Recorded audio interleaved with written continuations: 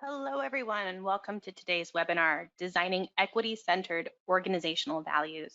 For those of you who are returning Candid webinar participants, a warm welcome back. And to those of you who are here for the first time, I'm so glad that you're joining us today.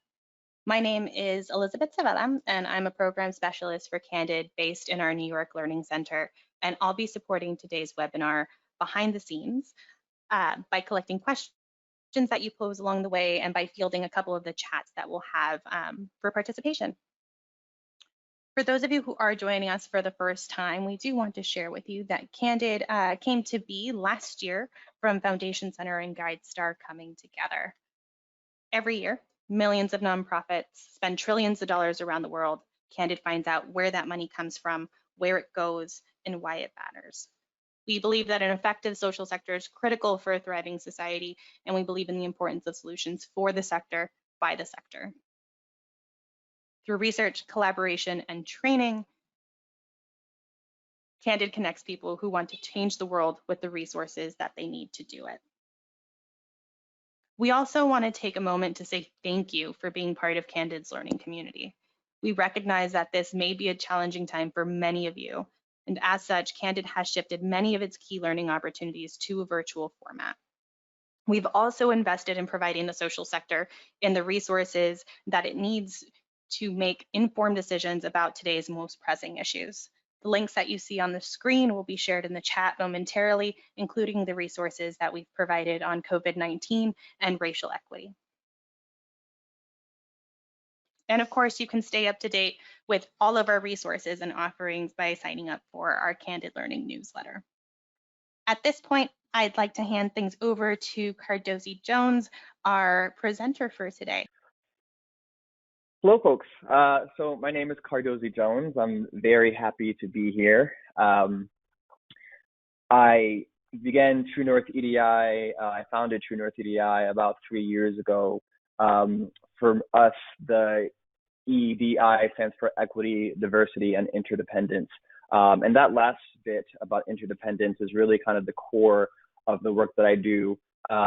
Interdependence as a philosophy really relies on mutuality, it relies on interconnectedness, and in large part, rather than inclusion, which kind of says, you know, we include you, interdependence really is founded on the idea that we need one another, particularly to undo or address some of the greater social issues and disparities that happen in the world and throughout time.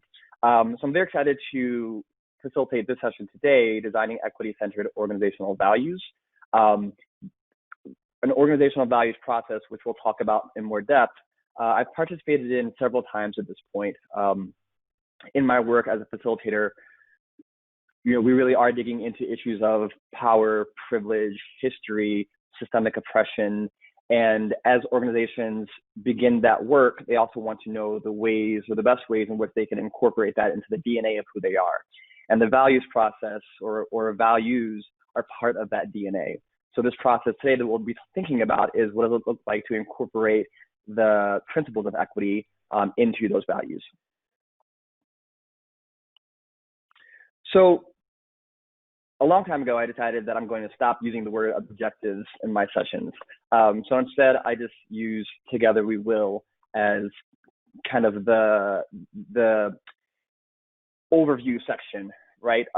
For me, this is a good example to talk about how values and language work. So together we will as a value kind of invokes togetherness, right? You need to understand that I am doing this with you. So while I'm leading this process, everything I say, particularly in the question and answer portion, I'm also learning with you. I'm uncovering, I'm on the journey. I am not just a guide, I am someone who is walking with you shoulder to shoulder. So today, together we will consider where values sit within organizational identity. I have to move my panel here. We're going to explore what makes an equity-centered process distinct from other processes, right? So why is it an equity-centered process? We're going to walk through a line of inquiry. to guide us through an equity-centered process toward a values product, right? Process toward product that is meaningfully applied throughout the organization. So this is really kind of going to be the framework of what we interrogate today. What's the process toward what product? And then how will we apply this? What does it look like to apply? So whenever I begin facilitating conversations with groups in person, it's important that we consider what values are in the room, right? A values process isn't just an intellectual kind of organizational process. It's actually a process that we all have access to. So what I'm going to ask you to do right now, and we're going to actually, Elizabeth's going to help kind of share back some of what you write, but we're going to ask you to use the chat if you can. And we're going to ask you to consider two things. The first thing, and this is for you as an individual, I would love you to consider and share a value that you've inherited from someone in your life. So in the chat, if you just write down what the value is and who you inherited it from. What's the value and who did you get it from? All right, we've started to get some responses in here. Esther is sharing she learned honesty from her dad. Elizabeth is sharing the value of education. We also have hard work, curiosity, respect, loyalty, and lots of parents and grandparents are being shouted out here as well. We also have integrity and kindness, justice, compassion, humility. And again, lots of mothers, fathers, mentors, and friends. It's good to see that, and the faith community as well. Thank you so much. Absolutely. So I think you already see, right, when we begin this process, and even in general, when we're entering into an organizational space, we're bringing in so many values. And not only those values, but we're bringing in the people, the loved ones, the families, the communities who instilled those values in us. So in any given space is full of values, it's full of community, it's full of ancestors. So we want to recognize that values are really an important part of all of our lives.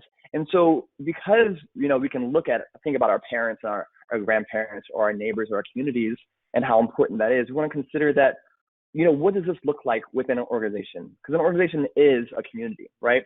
So the next thing I want us to consider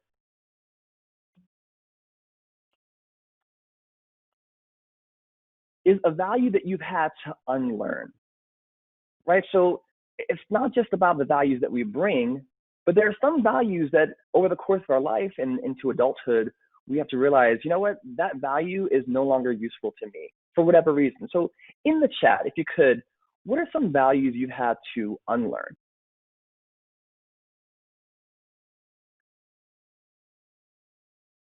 All right, so unlearning racism, unlearning sexism, being more cynical, commercialization, being right, fear of strangers, working too hard, risk aversion, unlearning urgency, as well as stoicism, close-mindedness, trusting no one, perfection, privilege, intolerance, scarcity. Great. Plenty of more, but we'll leave it there. Yeah, thank you so much, Elizabeth. So again, we're not just thinking about the values that we bring into this room, right? Bring into the space with us. We also have to grapple with, there are values that we may have learned as virtuous, learned as right, learned as good, that actually don't serve us, right? Whether or not they serve us in what it means to build meaningful relationships, whether or not it's because they don't serve us in what we think about what it means to be a leader. There are so many ways that values kind of begin to come undone. And so this process as an organizational community is about sifting through what's present, who are we, what do we value, how is that tied to our mission? And so this is part of the work that we do together, even before we really kind of get into the values process, right? It's to just understand, what do we mean by values? How do values show up in our life, and how do they guide us? So what are organizational values, and what do they allow for, right? So this is the question. And I think it's important to recognize that organizational values fit within the larger context of what's often referred to as the organizational identity, which is usually the vision, the mission, the values of an organization. So I want to get grounded in that so that we're on the same page about what we mean by values.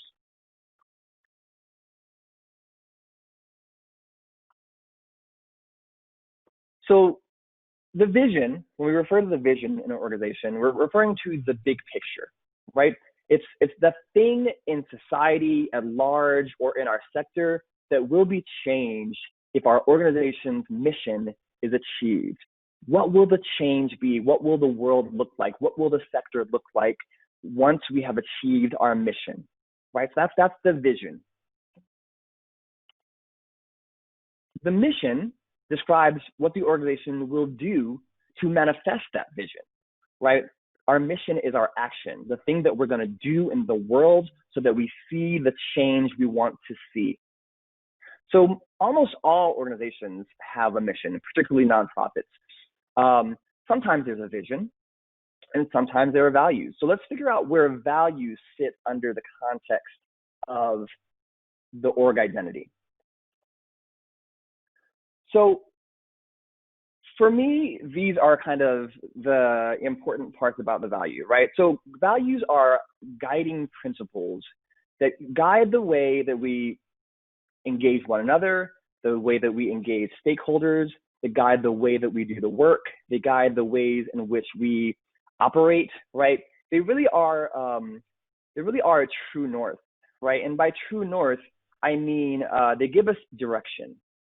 They give us direction. And the reason that my company is called True North is because, so imagine you're trying to get to the North Pole, and you pull out a compass, and the compass points you in a direction. But if you follow the compass, you're gonna not get to the North Pole. You're gonna get to magnetic north.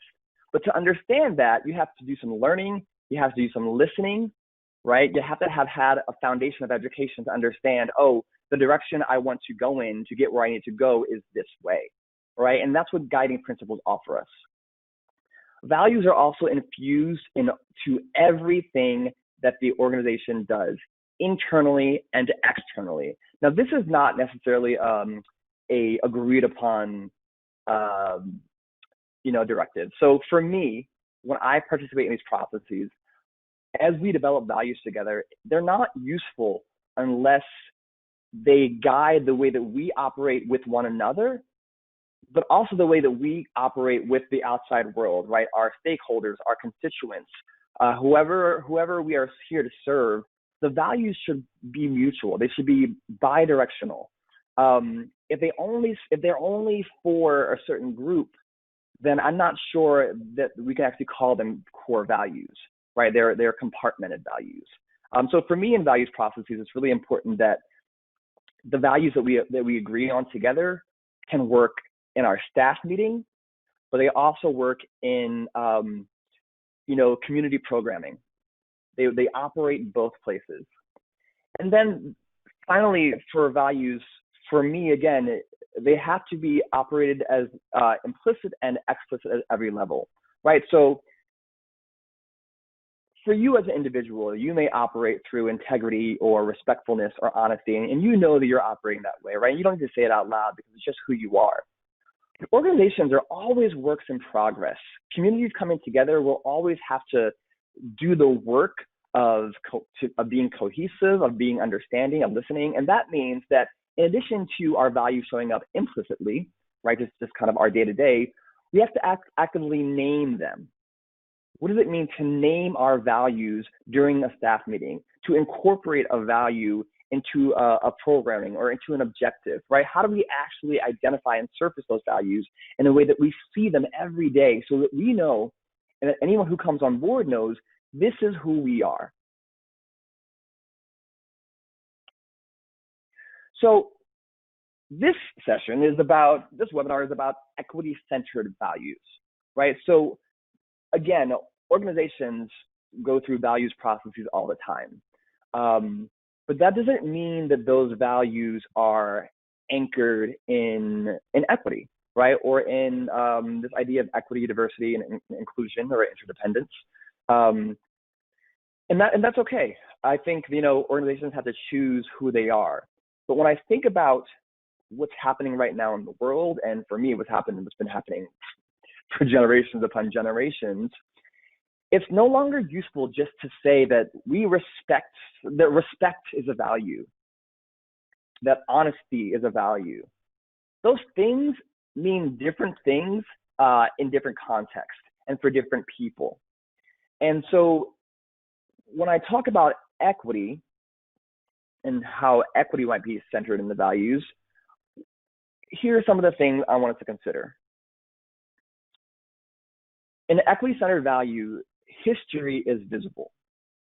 Our values exist because of things that we've learned, right? History is the context through which we decide who we're going to be.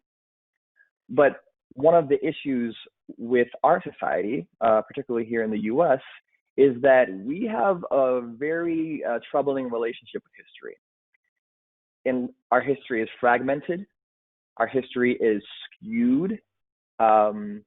It is framed in a highly Eurocentric way.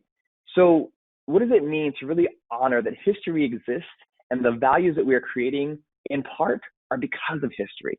And we'll look more at that in a little bit. Also, in equity-centered values, accountability is important, right? Achieving equity means many things, but we're looking at what it means for individuals to be successful, particularly individuals who have been historically oppressed and marginalized, voices that have been kept out of the room. So if we are creating equity-centered values, we're always keeping that in mind. And so what does it mean to also invoke language of accountability? And that can mean different things depending on what the language is. Equity-centered means that it honors that all things are not equal, right? So kindness, for example, kindness is a value. But the reality is, for me, as a Black man in the world, what kindness means to me is the thing that I need to show people in order so that I'm safe. Because you see my Black male body, and you need to understand that I'm nice, I'm kind. That's a different kind of kindness. That kindness is a matter of survival for me. It isn't a value in the same way that kindness might be for someone else. Politeness as a value that many people have, like being polite. But again, politeness can also be used to keep us from having really meaningful conversations about power and privilege and history. So for me, when I say polite, I mean, hey, how was your day? Thanks for being here. But for you, when you mean polite, you might mean we don't talk about money, we don't talk about race, we don't talk about religion, right? That's what polite means if you grew up with that as your value. So this is going back to this idea that values, sometimes we have to unlearn them, or at least be able to reimagine and actually choose them. And then finally, not disconnected to what I've been saying, but the equity-centered means it speaks to systems and practices and policies, right? These values aren't just so that we feel good. The values are so that and equity-centered values, so that we are safe and we recognize that systems have been built to service and benefit some and not others. And so what does it mean to recognize that in your values? And then the last thing here is that we don't want a solely intellectual process, right? Or intellectual values. Values are in every part of us. So the way we write them, the way we produce them, we want to be considering not just the mind, but the body. What does it mean for my body to be in this space, for my body to be in relationship or community with people? Emotion, right? What does it mean to center my emotions or our experience, right? That experience is just as important as quantitative data. And then the spirit. And by spirit, I don't mean religion. I mean that we're connected to that feels bigger than ourselves. How is that invoked in our values? What are we all connected to? So that is kind of what I mean by values and equity-centered values. And I want to walk you through. I'm going to pause here for a second on the next slide, just so you know there's a little pause coming. But we're going to use a line of inquiry. So I'm not going to spend the next, however 30 minutes kind of giving you all the answers. The opposite, rather, we're going to look at questions, right? So as we go through the process of creating values, as we think about the product that we want, as we think about what that looks like in practice, what I'm going to offer you as both part of this session, but also as a skill that you can take with you is, what are the questions that we need to be asking each other, right? How do we build questions and inquiry into our process? Now, a lot of people who hire True North EDI, they want the answer. They want the answers. For me, our approach is that you already have the answers. Now let's just make sure we're asking the right questions. And the questions are important. So when we think about, the questions that you ask yourself before you drive a car, right? So is my seatbelt buckled? Are my mirrors straight? Are the kids buckled up? Do I know where I'm going? Do I have gas? Do I have fuel? Right? These questions are in place because as wonderfully innovative as the car, the vehicle is or was, still is, right? It allows us to connect to people in new and wonderful ways. It still can cause harm. And this goes for organizations, right? As wonderful as a mission can be, within the system of white supremacy and patriarchy and heteronormativity, our institutions, our organizations can cause harm. It can be wonderful and they can cause harm. So we ask ourselves questions, right? What questions can we be asking ourselves to check ourselves, right? Based on our context, based on our history. So this is the lens through which we'll do this process. We'll think about the process, the product, and the practice. So first, what I'd love to ask folks to consider, and this is we'll come back to the chat right now if you're able. What's at stake, right? When we think about, as an organization, we're going to decide to create values that are centered in equity, centered in humanity, centered in history. What's at stake if we don't do that, right? What's at stake if we do not create values, or create values that are really centered in what it means to be fully human and to understand systems? Like what's at stake if we don't do that? And feel free to show that in the chat.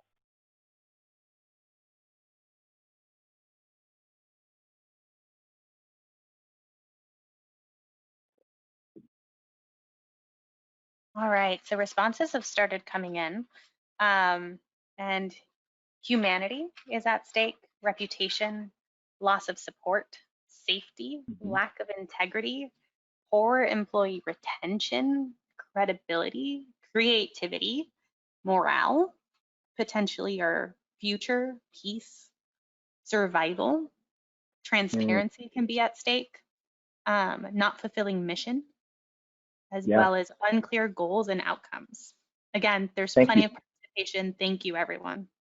Yes, thank you all. That's beautiful, right? So this is what happens when you bring a lot of minds together. We can start thinking through these questions together. There's so much at stake. And one thing that I want to pull out is, and this is kind of the bread and butter of facilitation, is that yes, can you actually reach your mission if we aren't centering or incorporating or integrating equity into who we are and what we value and what we do?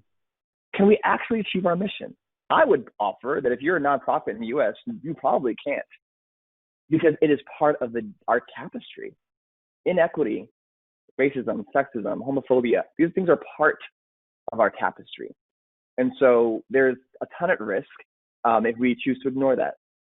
And so the inverse question here, so what is the potential for impact if we do say, we're going to come together and create equity-centered values, we're going to center equity and people and history in our values, what is the potential for impact?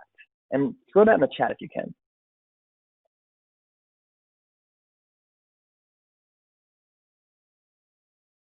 I'm seeing changing the world, love, systems change, innovation, justice, healing, collective flourishing, power shifting, shared ownership, fair distribution of resources, harmony.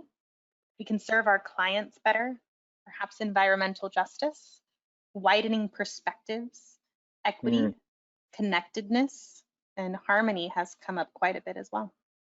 Nice. Thank you so much. Thank you, everyone. That is beautiful. I've never thought I could feel so connected to people who I don't hear at all. This is wonderful. This is a key initial question of this process. We have to know what's at stake, and we have to be able to dream and imagine what's possible after this process. Even as we go through the process, I hope you even were present to what showed up as Elizabeth shared those things. Like, what did you feel? I know I felt really moved just hearing all of that sharing. Right. So this idea of sharing, and we'll get to that in a moment, is really also is pivotal to, or extremely important to this process. So let's go through some other questions here. So we've asked the question, what's at stake? What's the potential for impact? Other questions are, so what values guide us currently? Right? Let's be honest. What values are currently guiding us? You're going to find some that are really lovely. You're going to surface some values that are, oh yeah, that is a value of ours. And you're going to find some that you might not like, right? Someone mentioned perfectionism. I don't know if perfectionism is a value that works for human relationships. Because I think we all know that there is no perfectionism in human relationships, or even community service, right? Like developing or serving communities. There's no perfection there. That isn't the goal. Particularly if we're thinking that equity is the goal, reconciliation is the goal. So how can we be honest about that and then decide, okay, so what's missing? What's the gap? Also, as we go through this process, I cannot emphasize how important it is to ensure that you have done the work around deciding what stakeholders need to be part of this process. When I look around the room or the Zoom room, is it only the leadership team? Is it only, director level people? Is it only, staff? Is it only, who is present? And so we have to consider what stakeholders of this professional community have to be convened in order to begin this process or go through this process in a way that has integrity. A question that speaks to interdependence for me is, who will the process be incomplete without? Who will the process be incomplete without? Right? Not just who do we want to be here, but how would this be incomplete? And who, if they're not here, would leave us incomplete? That is the key, like the core piece of interdependence. And then a question around, what do you want this process to feel like, right? So now that we're all together, what do we want this process to feel like? For me, I'm never going to say I want it to feel very scientific and very academic, right?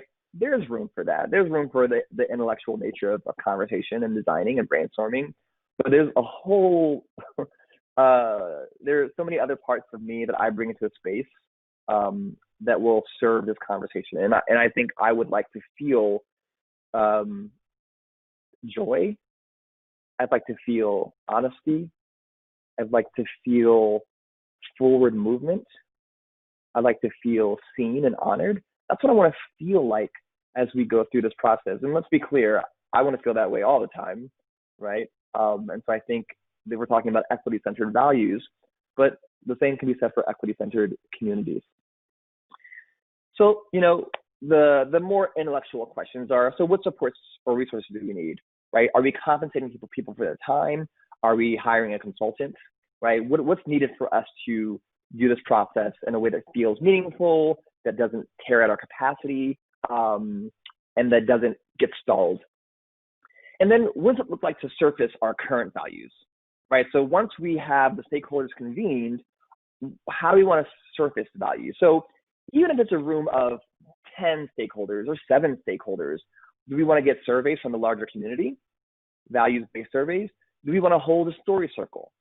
Story circles are a great way to kind of get information, not even get information, to share your experiences and feelings about the values of organization.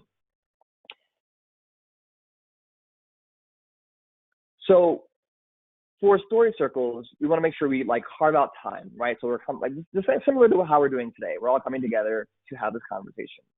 And then in a circle, we can use a prompt to guide the sharing. So I've used these two prompts before to get small groups to share, to surface the values. So I'll ask people to share a story where the organization's values, either implicitly or explicitly, have shown up in your work, in your engagement with communities, in your emails, in your gala, whatever the thing is. Where did you see the values show up? And then conversely, can you share a story in which you thought the organization didn't live up to its values? Right? So that's equally important, right? We have to unpack the whole picture. It doesn't work simply to kind of what we call an advertising card stacking, all the good stuff. We got to know where we kind of faltered, so we know what we want to address or what we need to heal. Now, moving on to the product. These are the three questions I'm putting forth today. What types of values will this process result in? Well, a lot of that is about, we want to consider that values can be aspirational. Values can be core values. And for me, there's some mix of both. So when we say core values, we're talking about values that without which we are not who we are. Without this value, we aren't us, right? So consider an organization called Teacher U, and their mission is to have high school seniors teach middle school students so that we increase the pipeline of teachers, particularly teachers of color. And so a value of ours, a core value, is teaching and learning. Without teaching and learning as a value, we aren't who we are. Without education or educational relationships, so let's make it up. Without that, that's who we are as a core value. Things like equity is often a value, but equity is kind of a work in progress toward a future state. When I think about racial equity is a state where we lose the predictability of how one is successful or how one fares based on their race. We're not there yet. We all know that we're not there yet, right? But that doesn't mean that equity can't be a value of ours, because we can live into that value. Again, do the values apply both internally and externally? And what's at stake if they don't, right? And we talked about this a little bit. And then we want to consider, as far as the product goes, what might an equity-centered format look like, right? So we're talking about an equity-centered process. So what would an equity-centered product look like? And so I'm going to offer a format for the way that we can think about that, what that might look like. This is just something that I've used in the past. There is no one size fits all, and I want to be very clear about that. But in terms of helping folks consider language and how language can fit, this is what I've used. So I'm going to share a value that came up. So first, this is the format. So we begin with the context. What's the problem or the history or the narrative that this value is addressing? Values don't exist out of nowhere. They don't exist in a historical vacuum. And particularly, equity-centered values exist within history. And so we want to figure out, how do we address that in our value? How do we honor that there is history here? The second part of the format is the belief. So now that we've made visible or surfaced the problem or the thing that needs to be addressed, what is our belief? What's the counter narrative that this value will be grounded in? If we're acknowledging that scarcity, or a narrative around scarcity, has led to unchecked capitalism, then the belief might be, we believe in abundance, right? We believe in in encountering scarcity with thoughts of abundance? How do we live into the abundance, right? That's our belief. And then finally, action. What's the action, the commitment, the obligation that comes from the context and that comes from the belief? And what might it look like in action? Like, what might it look like in practice?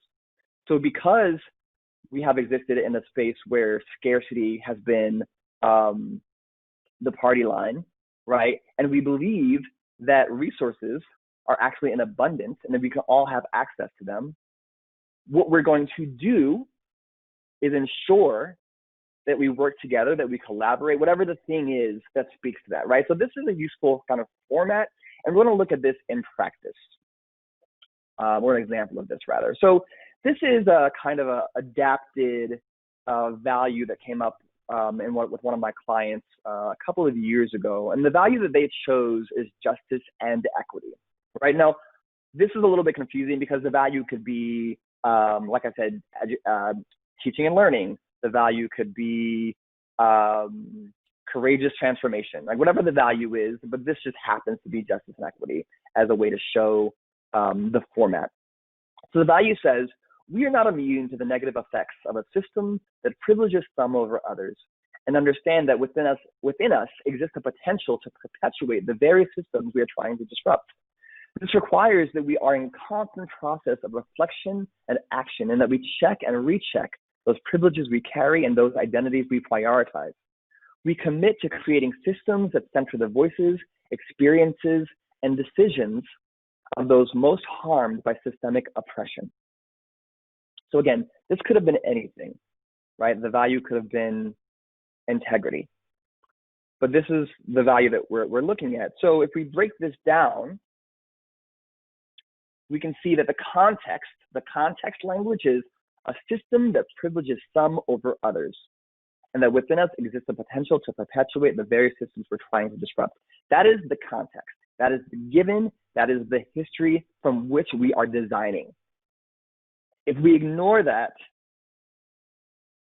I don't know that our design process has integrity, right? I don't think that anything that we do that is designed around transformation or the future is possible if we're not looking to the past to see where we have failed, where we have fallen. And so that's the context that they're putting forth here.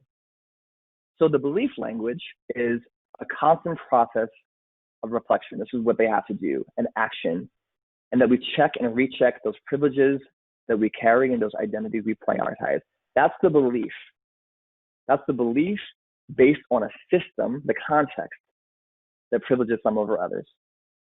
And their action, they're creating systems that center the voices, experiences, and decisions of those most harmed by oppression. Now, here's the thing about this. These values work both for the work that an organization could do externally, but it also works for the way that they operate internally. This value of justice and equity can come up in the way that we hire, can come up in the way that we, build community in our staff, in the way that we promote, but it also can come up in how we design programs, how we design events, how we design initiatives for the communities that we serve. So we talked about process. We talked about the product, what we want the product to look like. An equity-centered format is one way to think about that. And then I want to think about what it means to practice, right? So it's like any other skill. We have to practice it. So a question that I use when I think about practice is, what will it look like for the outside to match the inside? What I mean by that is the inside is where our values live. Our value of justice and equity, our value of courage, our value of taking risks, our value of transparency. That's what we say we value. So the question, the mental exercise is, what does that look like on the outside? How will we know that the way that we're operating in the world is a manifestation of those values? Another question that's really important, because a lot of the values that we create are going to be at least partially aspirational, or it will potentially be partially aspirational, which means they're values that we have to live into. They're values that we know that day by day, if we aren't careful, we will default into an old way of being, a harmful way of being, an oppressive way of being. So these values are a reminder, right? Inclusion can be a value. But inclusion does not happen by itself. It doesn't happen by itself, and it doesn't happen through just kind of thinking on your own. What does it mean to be inclusive? It requires community. It requires learning. It requires learning of history. It requires learning of who's in the room with you. What are the values that people are bringing with you? So with them. So what learning is needed for us to ensure we're able to honor the commitment of our values? Do I understand how systemic racism works? Do I understand the history of capitalism? Do I understand that the communities we serve are often positioned as not the experts? Their experiences are not seen as expertise. Do I not have ways of thinking about what it means to compensate people for those experiences and that expertise, right? What arc of learning is necessary so that we can ensure we're living into our values? Now, this doesn't mean you make your values, you go into a year-long learning process. First of all, every day is a learning process, right? But this never ends. Learning never ends, and particularly in the work of equity, diversity, and inclusion, the way that society and identity are constantly evolving and in many ways showing its true self, we have to be nimble and ready and participants in a constant learning process. And then finally, one kind of more concrete exercise, I think, is when we consider the past, present, and future. So I often use case studies or scenarios, right? Here's the thing that happened last year. With our new values, what would our response to this thing have looked like had we employed or surfaced this value that we today have said, this is who we are, this is what we value? How would we have used this when that happened? Let's look at something that's happening right now. How can we use our values to address something coming up right now? Issues, challenges. In the future, we'll be hiring. In the future, we'll be getting a new building. Well, not now, because now we're just like giving up our leases because of COVID. But all the things that can happen in the future that are on our strategic plan or our long-term goals. How do we think about those things now through the values that we have declared? Because again, they're not just words that exist in the ether, right? They have to be put into practice implicitly and explicitly. They have to live. And so finally, before we move into the question and answer portion of our conversation, some things to consider. We talked about core and aspirational values, and I think that most values that people create, particularly in the nonprofit realm, are some combination of core, right? This is who we are. Without this thing, we aren't us. And aspirational, which is that we're living into this value. This value is a thing that we have historically, as part of the world, not always been successful at. And we're going to declare that it's a value so that we can constantly hold ourselves accountable to living into it. Permission to play values, or anything that we call permission to play, they're values that are just a given. And they're used so much that they no longer mean anything. So if we think about like the top 3 values in the United States, I think they're honesty, integrity, and respect. Now, those are beautiful words, and they invoke wonderful feelings in me. But everyone uses them. They are ubiquitous. They're omnipresent. To the extent that they don't actually mean anything anymore. And also, if you're a nonprofit and you have to say that honesty is a value of yours, shouldn't that be a given, right? I'm not saying that it is always a given, but as we consider what our values are, how can we consider what values feel fresh, feel meaningful? And you might just say, all right, we're going to use honesty, but we're going to put in our statement what we mean by honesty. So you can use permission to play values if you are suggesting that somehow you are framing it in a specific way to who you are as an organization, right? So for us, here's what we mean by honesty, and it might not mean what you think, right? Or integrity. For example, integrity for me means two things. Or in the world, it typically means like having honor and dignity, right? And like doing the right thing. For me, integrity means something that works, a thing that's just like structural integrity. So when I talk about I have integrity, I'm saying when I say I'm going to do something, I'm going to do it, right? Like that's how that works. Otherwise, my word lacks integrity, right? So we got to get clear on that though. So if we're saying integrity is our value, yes, it's a very common word, but if we mean something very specific about it, then that's important to note. Values are not meant to hold the weight of your entire organization. And I'll do the next three because I think these are all important and combined. So they're not meant to hold your entire organization, right? They are, again, they're guiding principles. And I think they are tied to the mission, but they're distinct from the mission, right? We talked about what a mission is, and values are kind of the way that we're going to be with each other and the way we're going to be in the world to get there. Values, again, since they can't hold the entire weight of your organization, they're not strategies, they're not programs, they're not initiatives. This is not the minutia of what you do as part of your mission, right? The programs under your mission. So we don't need to like load up the values so that they hold everything. That's why we have vision, mission, programs, strategies, short-term, long-term, intermediate. We have a whole tapestry of what allows us to get the work done. So we don't need to squeeze all that in the values, right? I say that because I've seen it happen. I've seen people say, well, we got to mention this, we got to mention this, we got to mention this. They should be meaningful, but they should be concise. I would say anything between, for me, and again, not one size fits all, but maybe, 2 to 5 sentences, I would say tops, right? Otherwise, you might want to split it up a little bit. So I spoke to this before. Values are meaningless when they're not surfaced, named, and applied regularly at all levels of the organization.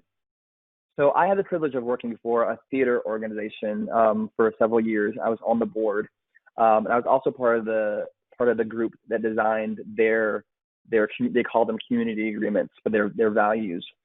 And yes and is one of the values. So yes and this is a theater organization. If you don't know anything about improv or improvisation, the first rule of improv is yes and, right? So whatever you get from your partner, you just give it right back. You say, got it, right? So, hey, the house is burning.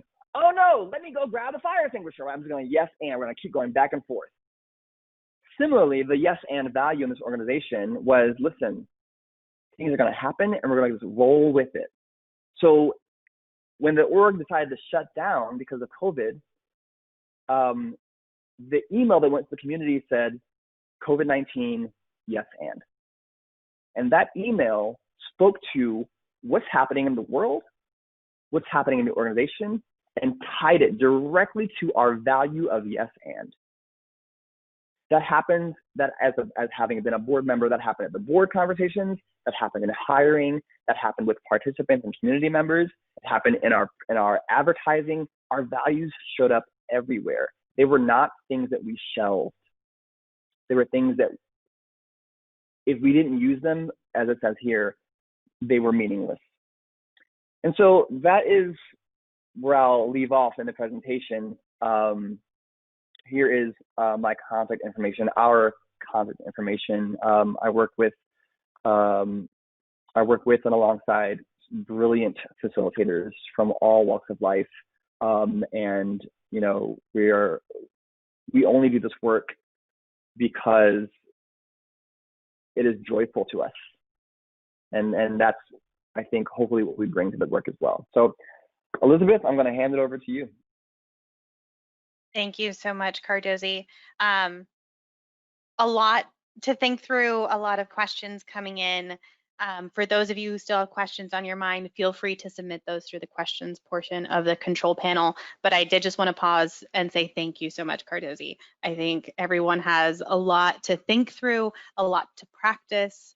And with that, we'll get started with our Q&A. Our first question here Great. comes from Heather.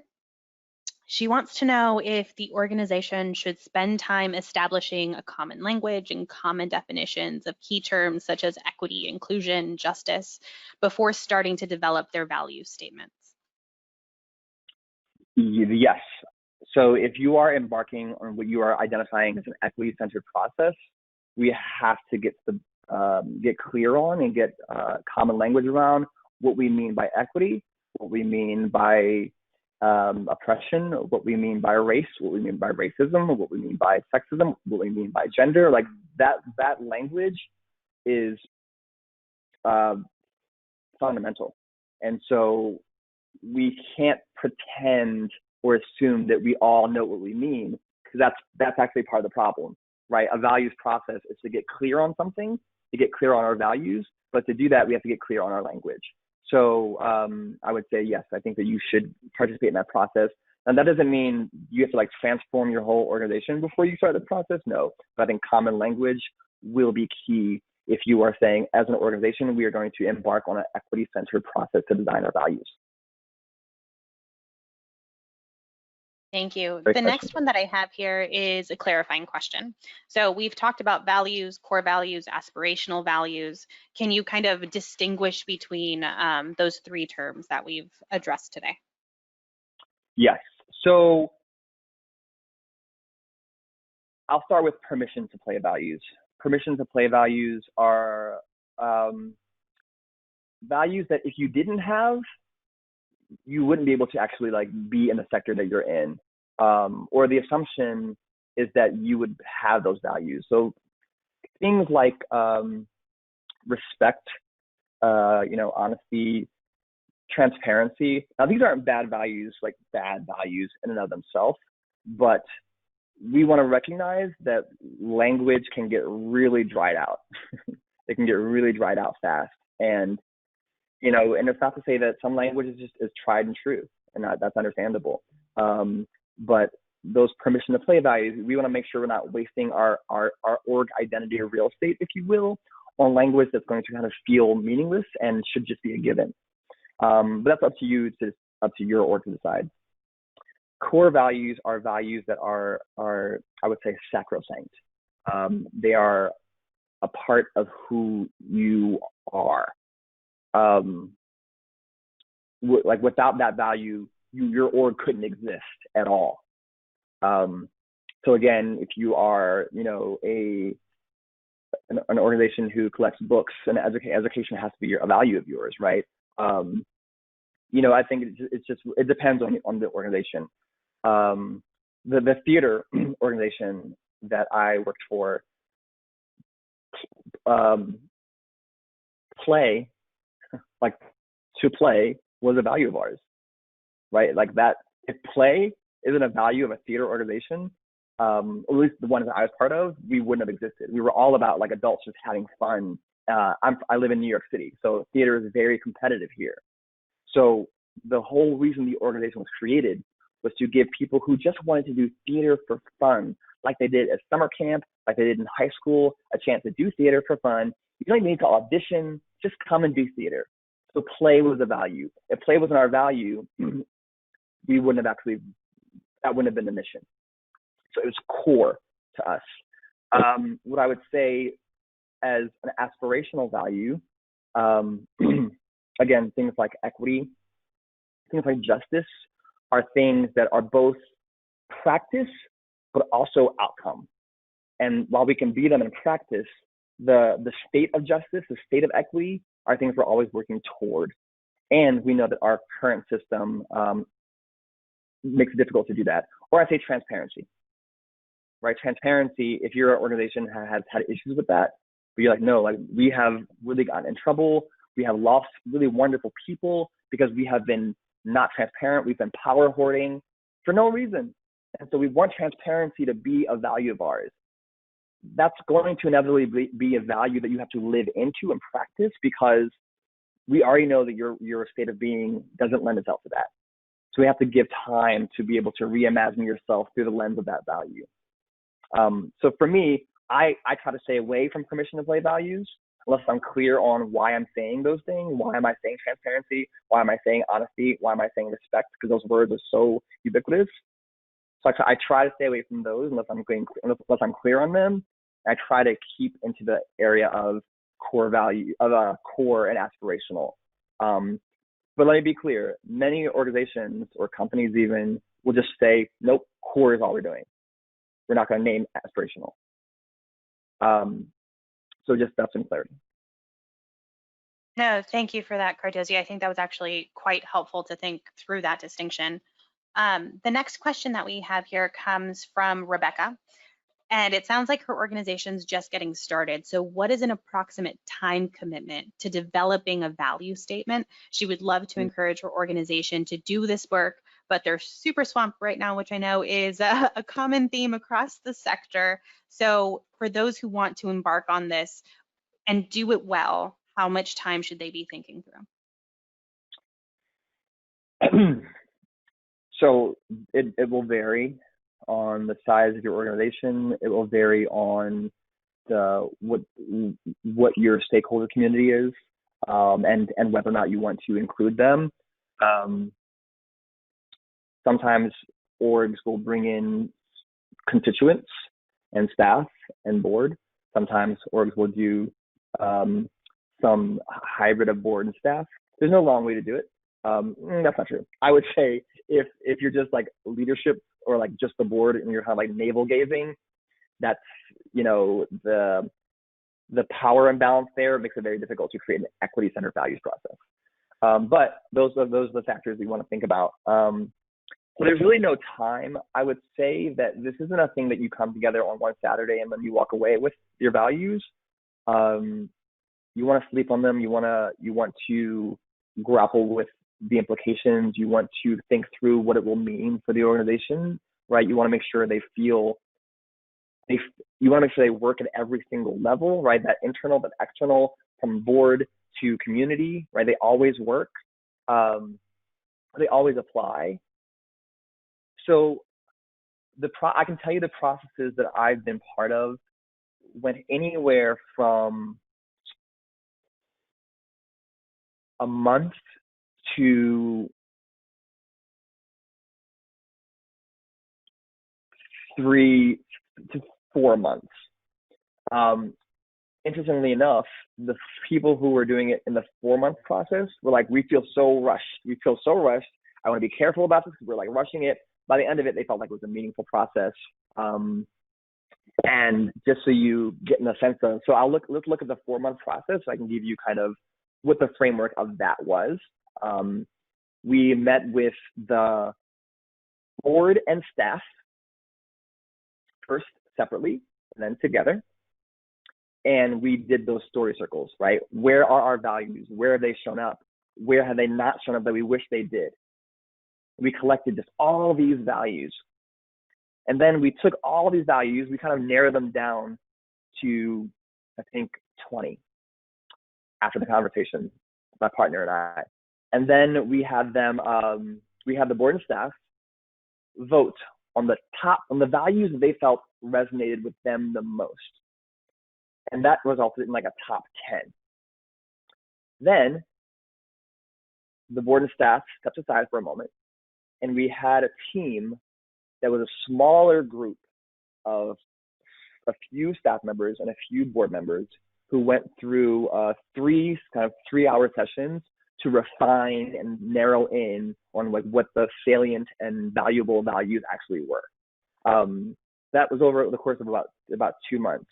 Once we got down to like our like a draft, we sent it out to the whole community in a survey.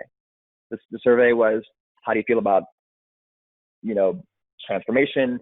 How do you feel about equity? How do you feel about, inquiry, whatever the values were? And the community gave some feedback. We went back. We said, okay, here's the feedback, right? And then finally, we took it to the board. The board voted on it. That's just the way that org works. The board doesn't have to vote on things like that if they don't choose to. But that process was kind of the layout, and it lasted for about 4 months. And again, at first, the group was feeling rushed. And then by the end of it, they actually felt like it was a very well-paced process.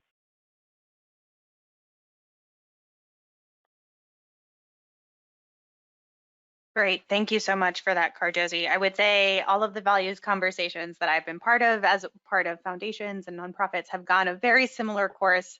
I think what you're saying is definitely resonating. You talked about refining that list of 10 back to some core values after that. So Jillian here is asking, what's a reasonable number of values for an organization to establish? She's definitely seen organizations that have a lot of values and they're trying to hold a lot of weight. Maybe we shouldn't have 20 values, but kind of when do you know you've hit that sweet spot? I mean, that's a great question. I think, again, no one size fits all here. I think as a consultant, my preference has been no more than 6. Just because I think that, again, like a true north, a guiding principle for it to feel concise and for it to feel attainable or doable, we have to be able to like see them in like one swoop, right? Like this is who we are. Not all of who we are, but this is what we value. Right? These are our principles. And so if we're going to use those in application, right, apply those to programs, apply those to our staff meetings, apply those to our evaluation processes, then they have to be, manageable enough to do so. So 20 values, I think like anything else, if there's too much of it, it becomes useless. Now they will just stay on a shelf. I can tell you 20 values I have, quite frankly, like not right now. I'm sure I could, but I know what my core values are.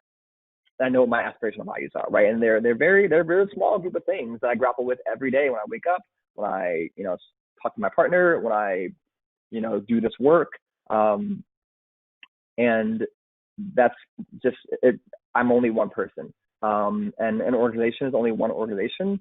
So I just say, again, 6 for me is like probably the largest I'd go. I'd say 3 or 4 is also a fine number as well, but any more than like 6 and 8, that area, it gets, I think, you run the risk of being useless. And that's the thing that we just don't want, because we know what it feels like to become jaded and feel like our org goes through a process or begins an initiative that fizzles away. And that's the risk we run here with too many values. Thank you, Cardozy. Our next question here comes from Dave. And Dave wants to know, what is an effective approach for employees that are not executive or in leadership positions to positively influence that very leadership to start taking actions towards progress? The inaction is regularly occurs is not based on overtly negative attitudes towards the work from his point of view, but rather analysis paralysis in how they approach that work. Can you just kind of say it again a little bit? Yeah. What is an effective approach for employees to positively influence leadership to start taking action towards progress? There is inaction that regularly occurs that is not overtly negative, but it has led to analysis paralysis.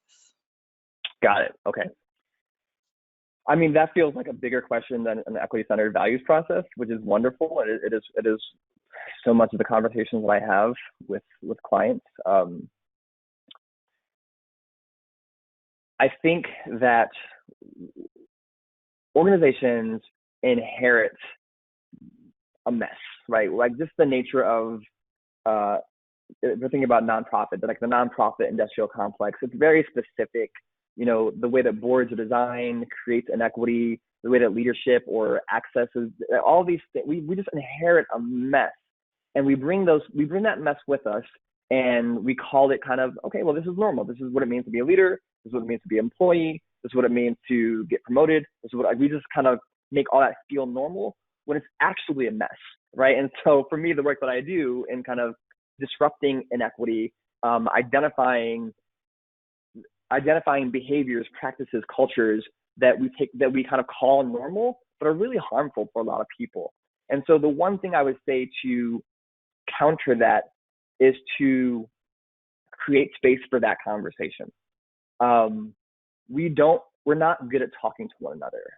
Particularly if you're in an org where the staff meeting is just like, we're gonna like download information onto you. All right, great, go on. Especially now that so many of us are remote. And so what does it mean to recognize that our community is somehow severed, right? Or misaligned or not connected. And the result of that is inaction. So can we sit down and create a space to have that discussion? So the story circles I talked about in this process come from just a circle process. So you'll find that in a lot of restorative justice work. And the idea is that the way that the circle works is that it isn't exchange, it's share. So if we're in a circle of 8 people, we're going to ask a question. When do you feel most connected to this place, to the work that we're doing? I'll share. Elizabeth will share. Olivia will share. James will share. We'll all share about that question. We'll all just listen. Next question, when do we feel disconnected, right? I will share. David will share. I feel like there's analysis paralysis, right? We just create a space of sharing. And then we figure out, okay, so now that we have all this, how we just shared this, what does it look, feel, or sound like to create change? Now, you might call this like a touchy-feely like process. You might feel like you have a highly intellectual staff. But when I do this with staffs of all kinds, particularly those who are intellectual or call themselves intellectual, they're so grateful for the space. And you don't need an outside person to lead that space. You can have a person to do that, but the staff can come together and say, hey, we want to just have a conversation that allows us to share. And the ground rules, where really the agreements are that we don't interrupt. And so it's very hard, I think, for leadership to like turn their back on a situation when we just kind of shared compassionately, we've shared honestly, we've shared authentically. And now you're kind of either going to choose to ignore it, or you're going to say, all right, then there's change that needs to happen. And then most importantly, how will we create accountable community? So once we have identified what change needs to happen or how we're going to begin to think about what possibilities exist or what transformation can happen, what does accountability look like? How will we hold each other interdependence, right? Not just I hold you or you hold me, but we as a community hold each other accountable for the things that we said here today as it relates to the change we want to see. So that's just an offering I have for that. Thank you for that. I know that was a bit of a curveball there for you, but I think that was a very genuine response. So thank you for that, Cardozi. That's all I got. That's all I got. Genuine responses. Jillian's question here, she wants to know how you would recommend beginning an equity-centered value-setting process between the board and staff of an organization. Should the board start that process or should the staff start that process? I know you started to kind of walk us through that with that 4-month plan, but is there kind of a right or wrong approach? Where should it start, with the staff or the board? Yeah, there is no right or wrong approach because the processes will be the same, right? So if I'm starting with, sometimes it's hard for like time-wise, and this is again less true given the current circumstances that we're so virtual, many of us. But historically, it's been hard for the staff and board to meet at the same time. The boards are often meeting at nighttime or on the weekends, and staff are meeting during the day. And so sometimes you can get them together, but other times it's harder. So let's say that coming together is hard. You lead the process of which you surface those values, the initial, like the big picture, like who are we, where have we seen values. The same process can happen with both sides, right? The board and the staff. And then the work of this next smaller group is to synthesize. What was overlapping, right? What was disparate, and what do we think is the cause for that, right? What truths or or trends are surfacing and how there were differences of opinion. And because that's going to be very clear, like the way the board views an organization is almost quantifiably, not almost, like I've seen it quantifiably be very different from the way a staff views an organization, for better or for worse, right? The spectrum is pretty polarizing, honestly, for most organizations, just because of the nature of that dichotomy. But that's why having that smaller group, hopefully that's a hybrid of board and staff, to say, okay, so here's what came up in our respective sessions. Here's the language. Here's some of the sentiments. When so-and-so said curiosity, what they were, the story, so the story that came up when so-and-so said curiosity was, you know, they were at a staff meeting one time and so, right? So being clear that when curiosity came up, this was the story behind it. So it may not mean what you think curiosity means, but that's the whole point. So, right, so we have these two identical processes that get brought together by a group that's volunteered or that's compensated to be the synthesizer of the process.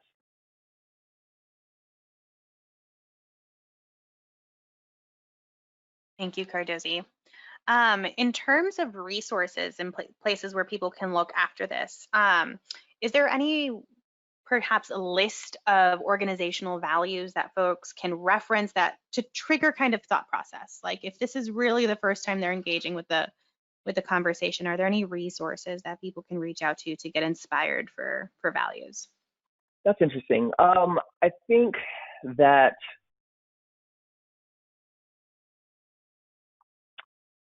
my honest answer to that is that a quick Google search will like to organizational values or nonprofit values will turn up a lot. You get to decide if they feel like, if they meet the criteria for you as equity-centered values. I know that Ford Foundation, I believe, has values I've seen before that feel useful. Philanthropy New York is a organization I've seen that has been useful to me. But for me, when I look at values, I'm literally like Googling it. Like, what do I see that I like? What do I see that I don't like? And then what format can I use to hold myself accountable to ensuring that they are kind of meeting equity? But I'll think on that more. Yeah, of course. Our next question here comes from Adriana, and she's curious if we can use this same process for coalitions. In her case, it's a myriad of community-based organizations that work together quite often. Yeah. So the value that I shared with you, like the sample value that I shared, the justice and equity, was actually from a coalition-based organization. So the organization had multiple chapters around New York City that work separately and then sometimes together. They work together on initiatives or policies or marches or just meetings. But mostly they operated separately. And quite frankly, I was brought in because there was a very clear understanding that the individual chapters of this larger organization were operating through different values. And that wasn't that was bad, but it made it very difficult to have the same conversation or to make unified, meaningfully unified decisions. So it is possible. And I think it's always possible. You can do this with your family, like in your cousins. But any group of people where a mission ties them together, the thing about it is that values also tie them together. It's just, are they explicit values or are they implicit values or are they misaligned values? The values are there, right? So it's not that all this process does is give us a way to surface them, identify what we lead with as a unified community. Great, thank you. Really relevant questions that keep popping up here a couple of times. For organizations with established values, how would you include the message of equity into the definition or practice of a value? And our participant here is offering up the value of excellence. How would you incorporate equity into excellence? Now this is the test. Okay, those are separate questions. So remind me, if I forget one of them, remind me. Yeah, no worries. But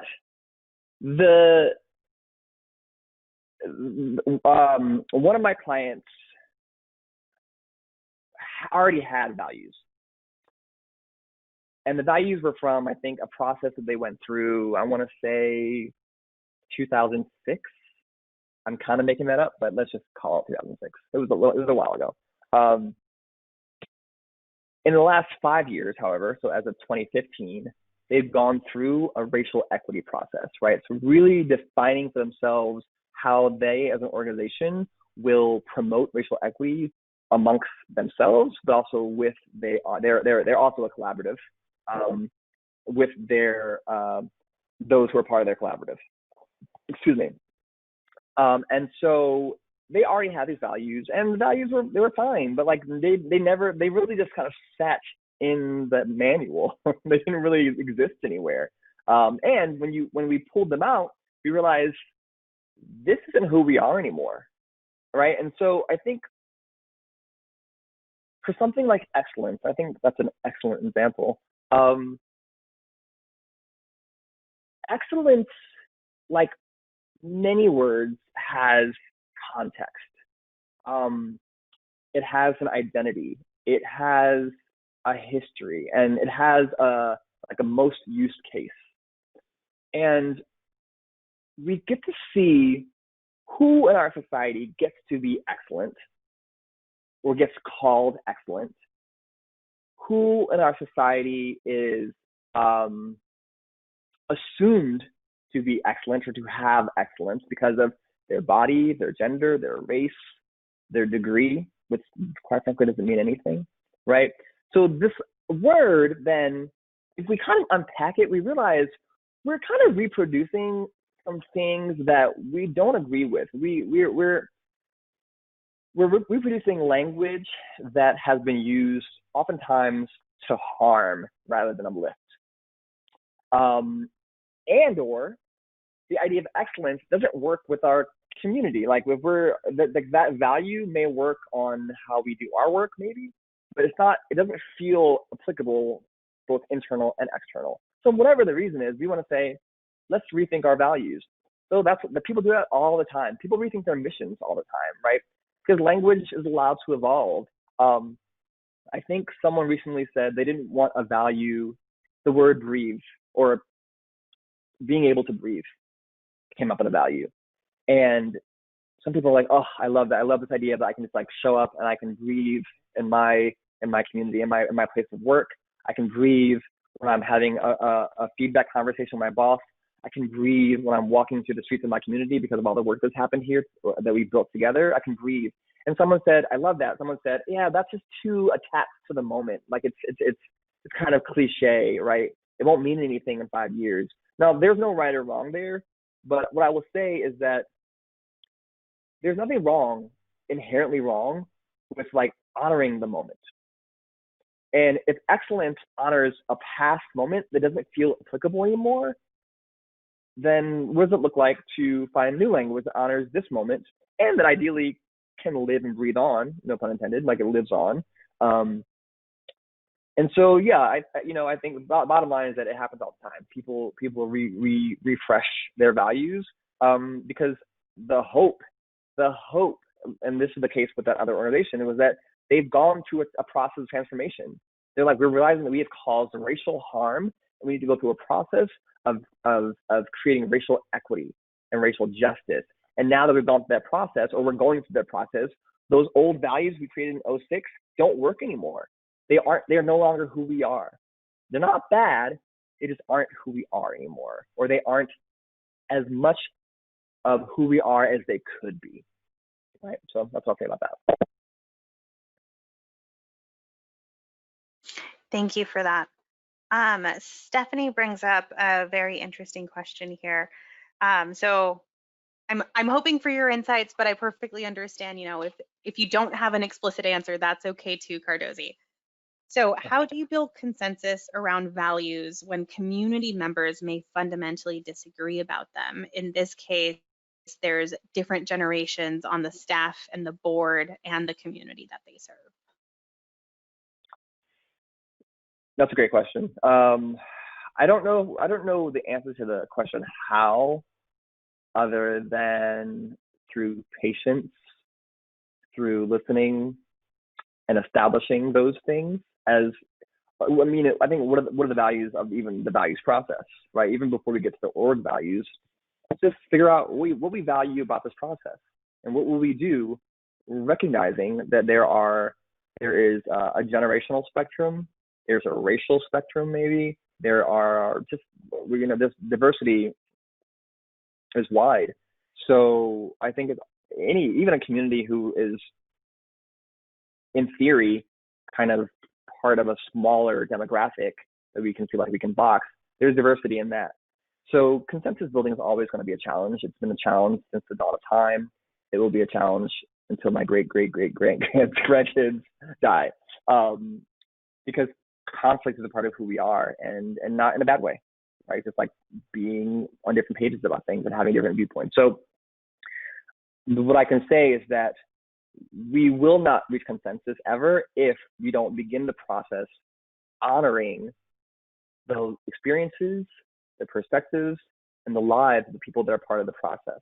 I don't even agree with you, right? I have to honor that you're here. Me and my dad, we operate from, like, in certain areas, different value systems. But the reality is, I wouldn't be here without my dad, and I'm grateful for that.